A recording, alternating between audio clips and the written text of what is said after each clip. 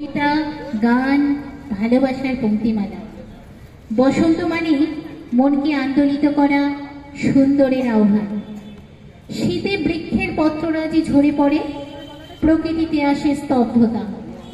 বসন্তের আগমনে সেই স্তব্ধতার আলমোড়া ভেঙে প্রকৃতি হয়ে ওঠে সজীব।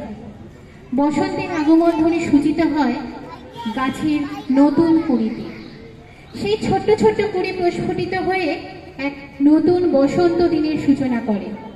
সেই ফুলকে চয়ন করে সুন্দর গ্রন্থিবদ্ধ মালার মধ্যে দিয়ে আমরা বরণ করে নেব ঋতুরাজ বসন্তকে আমাদের পরবর্তী নিবেদনের মাধ্যমে।